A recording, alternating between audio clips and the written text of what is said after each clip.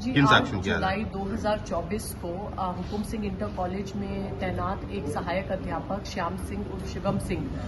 की हत्या कर दी गई थी और उनका जो शव है पुलिस को लगभग रात को 9:30-10 बजे उसकी जानकारी हुई थी। कोनारी गांव में एक नहर के पास ये शव प्राप्त हुआ था। तत्काल मौके पे हम सभी लोग पहुंचे थे, फोरेंसिक की टीम पहुंची थी और तभी से हम साक्ष्य संकलन में जुटे हुए थे और अपराधी की तलाश में लगे हुए थे। लगभग 10 दिन गहनतापूर्वक सभी प्रकार के साक्ष्यों के आंकलन के बाद, जिसमें बहुत डिटेल्ड हमने सर्विलेंस के एनालिसिस प्राप्त किए हैं, बहुत एडवांस फोरेंसिक एविडेंसेस कलेक्ट किए हैं। उसके उपरांत जो इस मुकदमे में वादी बने थे उनके सगे भाई दिवाकर सिंह, वही उसमें मुख्य अभियुक्त पाए गए हैं और उनका सहयोग करने वाले राजनारायण और रूपनारायण, उनके 2 ड्राइवर्स हैं जो आपस में संबंधी हैं, कजन्स हैं, उनके यहाँ ड्राइवरी का काम करते थे, उन्होंने इनका सहयोग किया और जो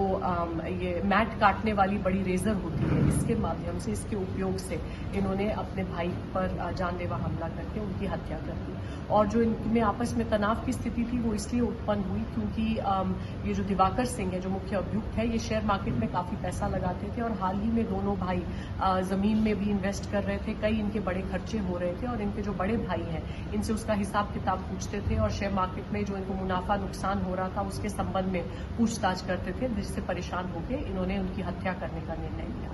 उल्लेखनीय बात इसमें यह है कि एक दिन पूर्व भी इन्होंने हत्या का प्रयास किया था, लेकिन इनके सहयोगियों में से एक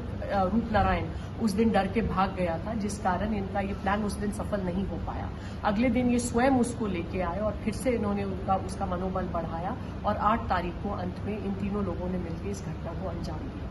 ठीक।